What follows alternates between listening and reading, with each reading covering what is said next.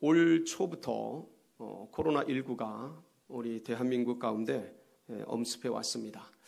아마도 빠른 정보를 가지고 소식을 접한 분들은 1월 달부터 아마 중국에서 그런 것들이 발언돼서 영향을 미치고 있음을 알았을 터이신데, 저는 2월 초쯤 지나서 접하게 되었습니다. 그리고 이것이 좀 심각하구나, 이게 뭐 어떤 유행병이구나, 지나가는 감기구나, 이런 것을 넘어서 이게 굉장히 심각한 질병이구나를 인지한 게 2월 중순쯤 되었습니다. 그래서 그때부터 우리 장로님들이 이거 가만두면 안 되겠다고 얘기를 하시고, 그래서 이제 심각성이 인지되고, 그러면서 이제 마스크를 쓰기 시작했고, 그리고 넷째 주에는 저희가 공동 식사를 하지를 않았습니다. 그리고 찬양대도 서지 않고, 그렇게 되면서 이게 이제 아주 일파만파 강력해지면서 3월 1일부터 3월 첫날이죠. 그때부터 저희는 방송 예배로 전환을 했습니다. 바로 저희 교회가 있는 성내동포 옆쪽에서 확진자가 발생하고 그런 일들이 있어서 속히 이제 그렇게 진행을 하게 됐습니다. 그렇게 된 것이 약 3개월여간 12주간 방송 예배를 드리고, 이 돈천동에서 저희 아주 최소 인원, 방송 최소 인원만 모여서 예배를 드리게 되었습니다. 그러다가 지난 5월 24일이었죠. 그때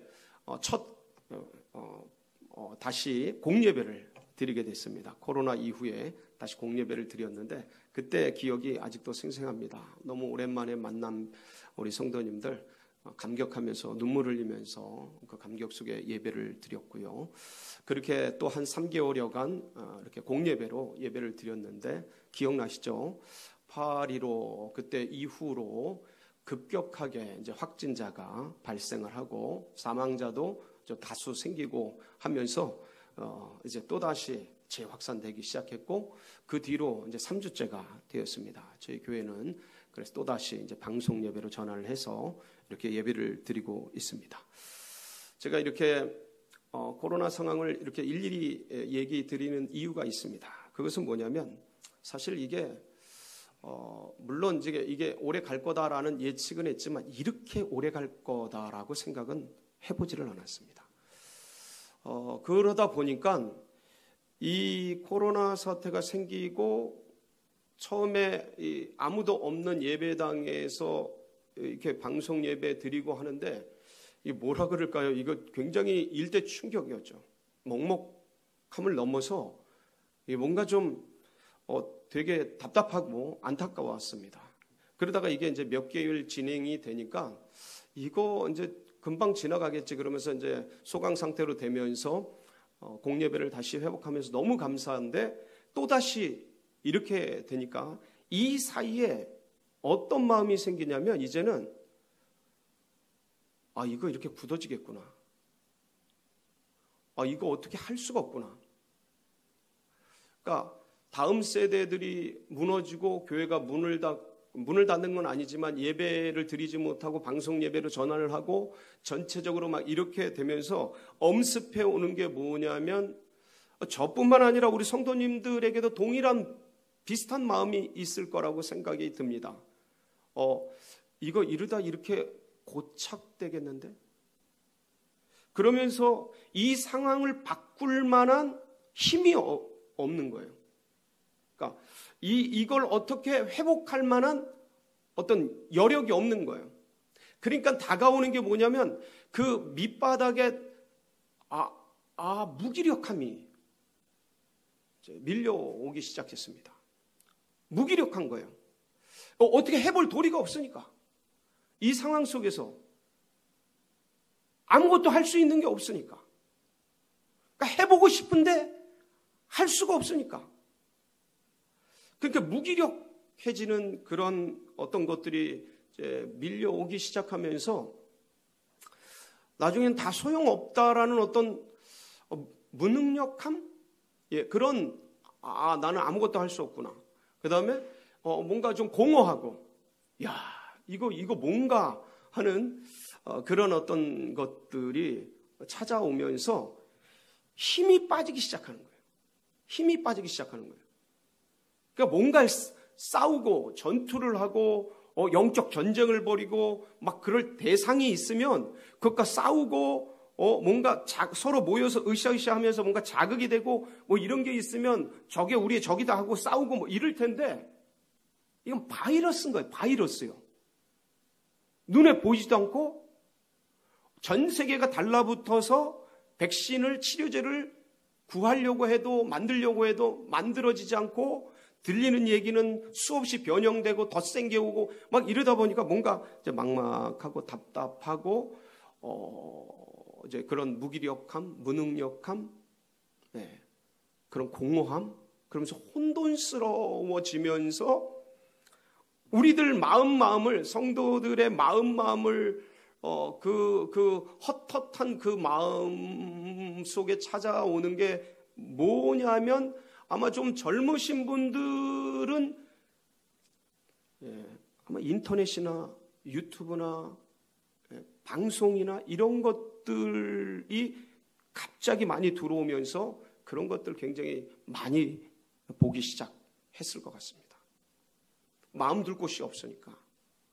예. 그러니까 시간은 있고 삶이 차단되고 하니까 어디다 되게 단순해지잖아요. 삶이.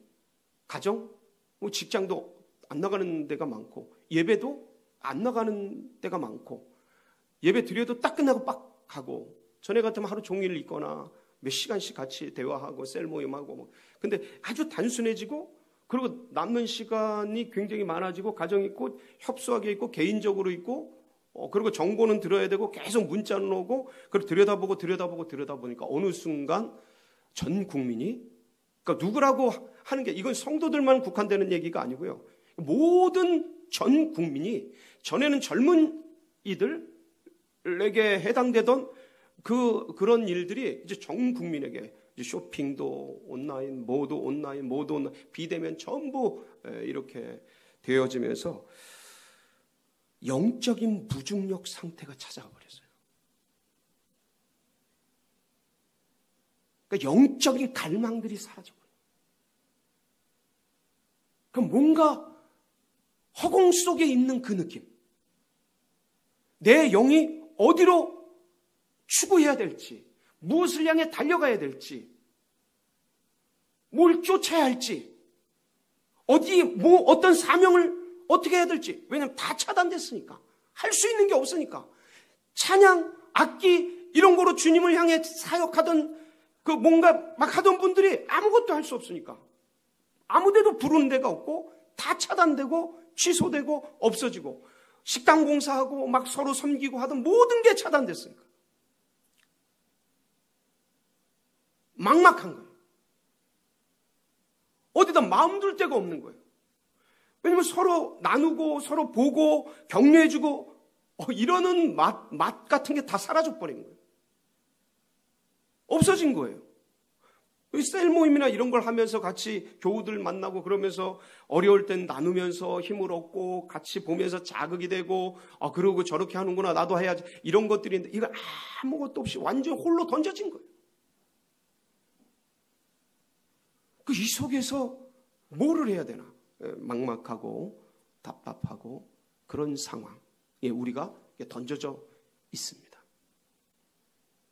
오늘 이런 상황 속에서 꼭 봐야 되는 말씀이 오늘 본문 말씀이에요. 그래서 제가 이 말씀을 들고 나온 거예요. 여러분 오늘 본문의 상황과 환경을 얘기해 주는 말씀이 19절 초두 부분이에요. 19절 앞에 보면 이 날 곧 안식 후 첫날. 어떤 날이에요? 예수님 부활하신 날. 자, 이때의 제자들의 상황이 어땠는지를 여러분 생각을 해보세요. 그동안 3년 6개월 동안 이 제자들은요, 예수님의 기적과 이적과 놀라운 역사를 경험하면서 찾아왔어요. 한국 교회의 성장과 발전과 엄청난 역사를 지난 우리 세대들이 30-40년 넘게 경험을 해왔어요. 마치 그런 것처럼 3년 반 동안 예수님의 기적과 이적과 치유와 무리를 걷고 바람아 멈춰라. 바람이 멈추고 이런 엄청 그 장님이 눈을 뜨고 문둥병자가 그 자리에서 치료되고 안진뱅이가 일어나고 이런 일들을 경험하면서 이분이 메시아고 이분이 세계를 바꾸고 이분이 이스라엘을 독립시키고 이분이 로마로부터 우리를 자유케 하고 이분이면 모든 오병이어의 기적, 칠병이어의 기적, 모든 경제 문제 해결하고 이분이면 다 된다. 이분이 이번에 올라가면 예루살렘에 올라가면 완전히 우리 이스라엘은 세계 최강대국이 되고 초인류 국가가 되고 우리는 그 좌우편에 막 그러면서 이 제자들이 올라가는 길에 네가 먼저냐 내가 먼저냐 네가 1등이냐 내가 1등이냐 막 싸우지 않습니까? 심지어 그 요한의 그 엄마가 찾아와서 예수님 좌우편에 우리 자녀들을 앉혀주십시오라는 그 치맛바람 운동도 일어나고 그러지 않습니까? 그러니까 이들의 마음을, 제자들의 마음을 가득 채웠던 건 뭐냐면 이 위대한 인물이 이번 예루살렘에 올라가면 왕이 될 거다. 환상에 차 있었죠. 아니 기대감에 가득 차 있었던 거예요. 근데 올라갔는데 어떻게 됐어요? 올라가서 일주일 만에 놀랍게도 겟세마네 동산에서 체포가 되시더니 그냥 기적을 통해서 그냥 확 그냥 없애고 그냥 막 그렇게 하셔도 현찮으신데 예수님이 잡혀가시더니 신성 모독죄로 뒤집어쓰고 국가 반역죄를 지은 사람이 지는 십자가형을 받고 그리고 골고다에서 아무런 힘이 없이 돌아가신 거예요. 여러분 생각해 보세요. 이게 내일이라면 자기 모든 걸 던지고 자기 생을 던지고 그분을 쫓았어요. 그 교수님을 쫓았어요. 그 스승님을 쫓았어. 예? 그 변호사님을 쫓았어. 그분을 쫓았어요. 근데 어느 날 갑자기 죽어버려요. 내 인생 어떡하라고요?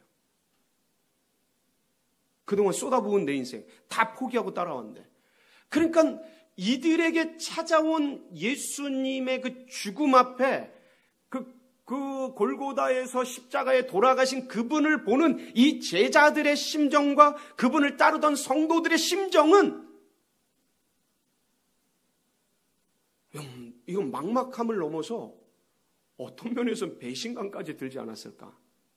이거 뭐야? 그러니까 마음이 다 무너진 거예요. 그러면서 3일이 지났잖아요. 이게 이제 안식 후 첫날이니까 3일째잖아요. 돌아가신 지. 그 맥없이 갑자기 돌아가신 거예요, 여러분. 어느 날 심장마비로 그냥 팍 건강하던 분이 팍 돌아가시듯이 예수님이 그날 잘 계시다가 겟세마네에서 또 이 성만찬식도 잘하고 겟세마네에서 갑자기 잡혀서 그 다음날 바로 그냥 새벽에 돌아가신 거예요. 그러니까 바로 잡혀가지고 새벽에 잡혀서 이제 돌아가신 거죠. 그러니까 이들의 심적 상태가 너무나 충격이 큰 거죠.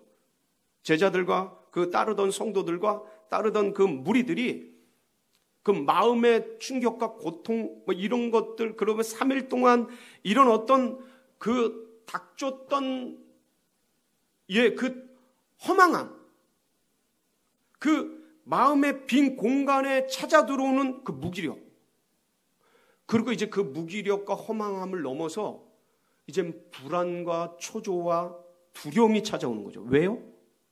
예수님이 죽었는데 신성 모독죄예요. 그러니까 그 두목이 죽었으니까 그 따르던 사람들도 다 잡으려고 그러지 않겠어요? 해치우려고 그러지 않겠어요? 특히 12제자 같은 경우는 가룟 유다 죽었으니까 11명의 남겨진 제자 같은 경우는 그 70인 그 제자 같은 경우는 굉장히 초긴장이 되지 않겠습니까? 예수님이 갑자기 죽었고 그 충격과 공포, 그 불안, 두려움, 공허감 막 그 속에서 이제는 우리가 죽겠구나 하는 그런 두려움 속에서 이렇게 들어오지 않았겠습니까? 그러니까 이들이 가지고 있는 그 두려움과 불안이 그들을 감싸고 있는 이날입니다. 그날이에요. 안식 후 첫날. 자, 그런데 이날 누가 찾아오셔요? 저녁 때 19절 보면 제자들이 누구를 두려워하고 있죠? 유대인들을 두려워해요. 왜 두려워한다 그랬죠? 아까 말씀드렸죠. 신성 모독죄로 죽었기 때문에 이단이란 말이에요. 이단. 이 당시에 이단이란 말이에요. 그래서 그 이단 무리를 쫓는 유대인들이 이 제자들도 다 죽일까 봐 두려워하면서 이렇게 있는데 그 모인 곳에 문을 어떻게 했어요? 닫았더니. 여러분, 이 닫다라는 것은 잠궜다라는 의미입니다. 예, 잠궜다라는 의미예요. 근데 아무도 못 들어오게 무서워서 두려워서 우리들이 잡힐까 봐 닫았고 잠궈버렸는데 그때 누가 찾아오세요? 예수님이 찾아오십니다. 그리고 서서 제자들에게, 이때 도마가 없었어요. 10명의 제자들이 있었던 거죠. 제자들에게 얘기를 합니다. 너희에게 뭐가 있을지어다?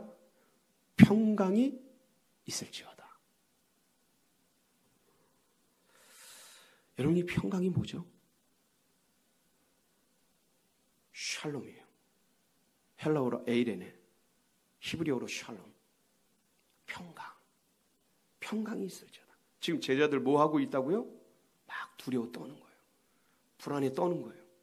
지금 사실 이날 안식 후 첫날이기 때문에 이날 저녁에 모였는데 새벽에 막달라 마리아가 예수님 만나고 요한과 베드로도 무덤 찾아가서 빈 무덤 확인하고 이랬던 날입니다.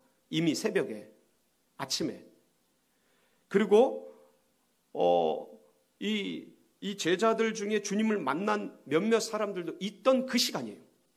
근데 그런 상태에서 예수님 부활하셨다라는 어떤 정보들을 가지고 있었던 때, 이게 믿어졌던지 안 믿어졌던지는 아무도 모르지만, 근데 분명한 것은 막달라 마리아와 여인들이 주님을 만나고, 그 다음에 베드로와 요한도 달려와서 빈 무덤을 확인하고, 그리고 여러 제자들도 그렇게 주님의 그 부활에 대한 정보를 듣고 그랬던 그 저녁, 주님이 문이 잠긴 그 공간에 찾아오신 거예요. 그러니까 부활체가요, 달라요. 육을 가지고 있는데 이 육은 우리가 생각하는 이런 물질이 아니에요. 이런 물질을 통과하는 그런 육입니다. 여러분 기억나세요?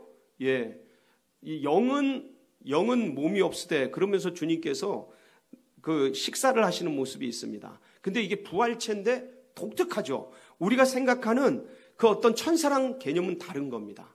천사는 형태가 없잖아요. 이 부활체는 형태가 있어요. 그리고 식사도 해요. 그리고 내 손에 손가락을 넣어봐라. 이렇게 손에 자국도 있고, 물론 없을 수도 있다고 저는 믿어요.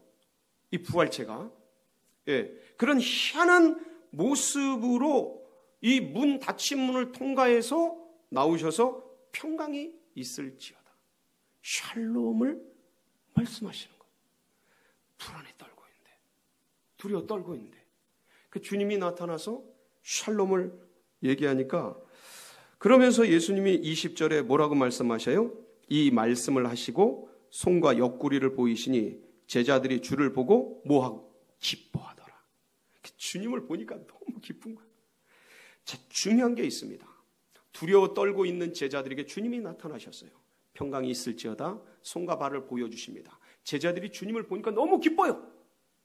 안 보이니까 두려워요. 보니까 기뻐요. 그 제자들에게 또다시 주님이 21절 반복적으로 말씀하셔요. 뭡니까? 예수께서 또 이르시되 너희에게 뭐가 있을지어다? 평강이 있을지어다. 여러분, 지금 무슨 말씀하시는 거예요, 주님께서? 이 샬롬이라는 게 뭘까요? 여러분, 샬롬은요, 평안, 평강 이런 거예요. 안정 이런 거예요. 그런데 이것은 어떤 외적 환경에서 주는 마음의 평정이 아닙니다.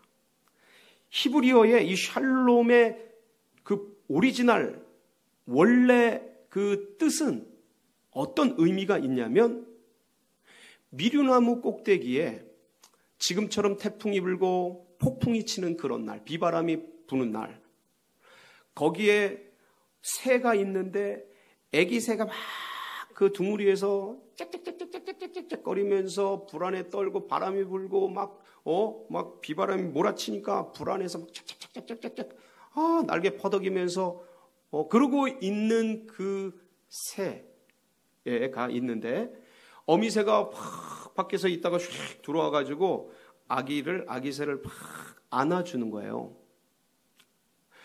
그 어미새의 품 안에서 곤히 잠든 아기 새의 편안함, 이게 샬롬이에요. 샬롬의 본 의미가 뭐예요, 그럼? 믿음이에요. 신뢰. 그러니까 외적으로는 바람이 멈추질 않았어요. 폭풍이 그대로 쳐요. 비가 들이치고 있어요. 근데 이 아기는 누구에 대한 신뢰가 있는 거예요? 엄마, 어미새. 그 품 속에서 편안히 잠자는 거예요. 이게 샬롬이에요. 주님이 두려워 떨고 있는 제자들에게 평안할지어다, 평강이 있을지어다. 지금 손을 보고 예수님이 나타나신 걸 보고 기뻐하는 제자들에게 평강이 있을지어다, 평강이 있을지어다. 지금 무슨 말씀하시는 거예요? 지금 제자들은 주님이 보이지 않으니까 불안하고 두렵고 무섭고, 지금 보이니까 기쁘고 즐겁고,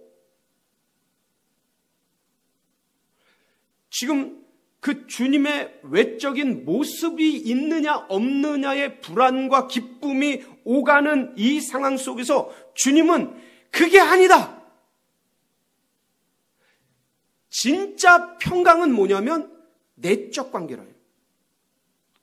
내면의 관계, 나를 향한 신뢰, 나를 향한 믿음, 그게 있을지어다.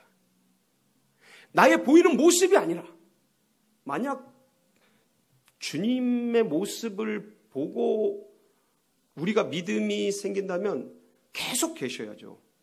육적인 모습 그대로. 근데 그분이 떠나시잖아요. 안 보이시잖아요. 보지 않고 믿는 믿음이 더욱 귀하다. 이 평강이 있을지어다라고 말씀하시는 예수님의 본 의미가 뭐냐면, 내가 있든지 없든지 그것에 의해 두려움과 기쁨이 왔다 갔다 하는 제자들, 그런 믿음, 그런 성도들이 아니라, 내가 보이지 않든 보이든 그런 것과 관계없이, 외적인 모습과 관계없이 주님을 향한 신뢰, 주님을 향한 믿음, 주님을 향한 끈. 그래서 이 샬롬의 본질적인 의미는 관계의 신뢰입니다. 그걸 놓치지 말아라는 거예요. 그게 평강이다라는 거예요. 여러분, 아이들은요, 영아들은요, 이 눈에 안 보이면 없는 줄 알아요. 영아들은 그렇습니다. 이게 대상 영속성이라는 그런 건데, 이런 게 생기지 않은 아이들은 엄마가 눈에 없으면 엄마가 없는 줄 알아요. 이제 감각기관을 형성할 때 영아들이 이제 한 6개월, 8개월 지나면서 눈에 없어도 안 보여도 없어진 게 아니고, 요 장애물이 비껴지면 거기에 있구나, 계시구나, 존재하는구나를 인식하면서 자기 인식을 가져요. 자기의 독립적인 개체의식을 갖는다고요. 그 대상의 영속성을 확인하면서. 근데 이게 발달이 안 된 영아들은 안 보이면 없는 줄 알아요. 영적 대상 영속성이 자리 잡질 않으면 평강이 사라지는 거예요. 주님이 역사하시고 막 예배가 있고 막 그래야 우리 속에 마음이 편하고 뭔가 있는 것 같고, 그것이 없어지고 사라지면, 저희들도 처음 당하는 일입니다. 이거 저도 그래요. 여러분, 저도 만만치 않아요, 마음이. 근데 이런 마음이 찾아와 버리더라 이거예요. 막 예배가 흥황케 되어지고 함께 모여서 식사도 하고 교제도 하고, 저 자체가 천성이 그런 사람인데 그런 게 아예 없어지니까 더 많이 쉽지 않은 거예요. 근데 주님 말씀하시는 거예요. 주님 살아계시다. 진짜 더 중요한 것은 눈에 보이는 이런 현상들이 아니고 눈에 보이지 않는 주님과의 신뢰관계. 주님 붙드는 거, 그걸 놓치지 말아라는 거. 그걸 붙들으라는 거. 그걸 의지해서 그 길을 걸어가라라는 말씀을 이 주님께서 제자들에게 지금 하고 계신 겁니다. 여러분, 그러면서 주님이 21절 보면 그 평강 얘기를 하시고 다시 사명 얘기를 하십니다. 21절 볼까요? 예수께서 또 이르시되 너희에게 평강이 있을지어다. 아버지께서 나를 보내신 것 같이 나도 너희를 보내노라. 주님이 하늘에서 이 땅에 오셨잖아요. 하나님 아버지께서 보내셔서. 그것처럼 나도 너희를 보낸다. 이게 무슨 말씀이에요? 지금 사회 속으로 보낸다는 소리예요. 지금 그 적진 속으로 보낸다는 의미입니다. 지금 두려워 떨고 있는 그 유대인들 속으로 지금 보낸다라는 거예요. 뭐 때문에 보내십니까? 사명이죠. 복음이죠. 근데 지금 저긴 두렵고 불안하고 지금 잡히면 죽을까봐 겁나고 지금 밖에 나가면 비우호적이고 지금 코로나가 횡행하고 지금 굉장히 어려운 상황 가운데 있는데 거기를 어떻게 갑니까? 라고 말할 수 있는 그런 상황이지 않습니까? 그래서 주님이 마지막으로 하신 말씀이 뭔지 아세요? 22절이에요. 같이 읽습니다. 시작. 이 말씀을 하시고 그들을 향하사 숨을 내쉬며 이르시되 뭘 받으라? 성령을 받으라. 너희가 이 예루살렘을 떠나지 말고 아버지께서 약속하신 것을 기다리라. 내가 몇 날이 못 되어서 너희에게 성령을 선물로 보내리라. 여러분 두려우세요? 불안하세요? 마음이 헛헛하세요? 성령을 받으라. 할렐루야. 여러분 사모하세요. 내가 왜 이럴까? 내 마음이 왜 이럴까? 다른 거로 찬 거예요. 두려움이 사로잡은 거예요. 무기력이 사로잡은 겁니다. 그 심령을 다른 세상 것이 유튜브가 사로잡은 거예요. 그 마음이 인터넷이 사로잡은 거예요. 다른 것들이 차오른 거예요. 그 주님을 향한 눈에 보이지 않고 지금 잡히지 않고 이 코로나 상황 속에서 답답한 이 현실 속에서 이길 만한 뭐 안 보이고 아무것도 느껴지지 않으니까 그 무기력 속에 자리 잡은 게 혼돈이에요. 근데 여러분 그거 아세요? 주님이 우리에게 항상 시험을 주실 때는 이 시험을 딛고 이기라고 이 시험을 주시는 거예요. 항상 시험은 양날 가진 검처럼 와요. 못 이기면 그것에 의해 무너지고 깨지고 아주 광야로 돌지만 그것을 이겨내면 성장하고 발전합니다. 근데 우리 민족에게 하나님께서 큰 시련을 주신 여러 가지 사건을 볼 때 이 시련을 주실 때는 우리나라를 새롭게 하고 이 민족을 새롭게 하기 위해서예요. 기억나세요? 우리가 일제 35년 치하에 있었어요. 그런데 이 일제 35년 치하 속에서 5,000년 종교를 기독교로 바꿔주셨어요. 그 일제 식민지 속에서 종교가 바뀌었다라는 그 혁명적인 사건이 뭐예요? 1919년 3월 1일 3.1절. 이때 기독교가 들어온 지 30년밖에 안 됐을 때예요. 유불선 5,000년에 30년 된 기독교가 나라와 민족을 바꾸는 대운동을 했어요. 종교를 바꾸셨어요. 일제치하에서. 그러니까 해방을 주시고 3년 6.25 전쟁이 오지 않았습니까?